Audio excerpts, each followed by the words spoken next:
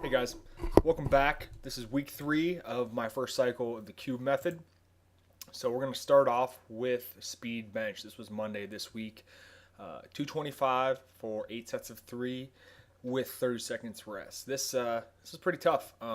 Not so much the weight, but the the rest periods. I'm not used to speeding through my workouts. Actually, I've gotten kind of lazy in the past few months, taking a lot of time between sets when I should have probably been pushing the pace a little bit harder to both improve my work capacity, my conditioning, and just get my workouts done faster.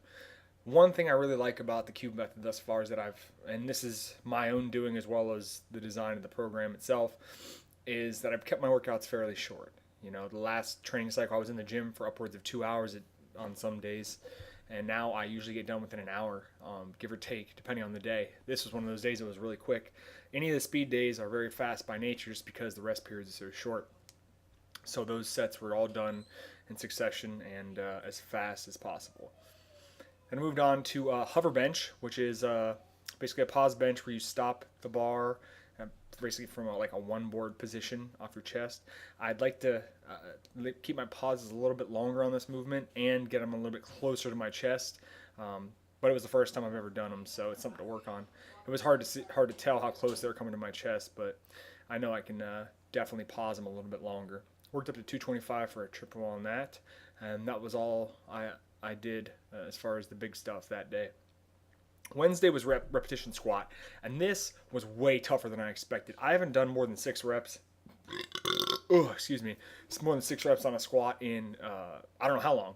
And you'll watch all these reps, and none of them look particularly slow, but my lungs were on fire. I felt like I was pushing the prowler, and it was really an eye-opening experience for me, and it's something I need to improve. You see that 4 reps, and I was already taking a break, so it felt good. I mean, as far as my hip and everything, but I really got to improve my conditioning, and I've been doing the prowler twice a week, so hopefully it starts helping me out and getting back into the shape I was in before.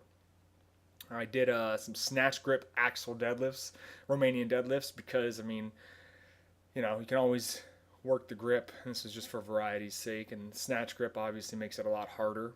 I didn't work up that heavy today because I was pretty gassed after the squats and not really excited to do any crazy deadlifting after that. Floor press, overhead press day. This was a pretty shitty day, honestly. I expected it to be a lot better. This was the day I was working up to a max effort single. As you can see, all the reps before were really smooth and pretty easy. I mean, 245, easy. 275 actually was probably the easiest I've ever done it on floor press.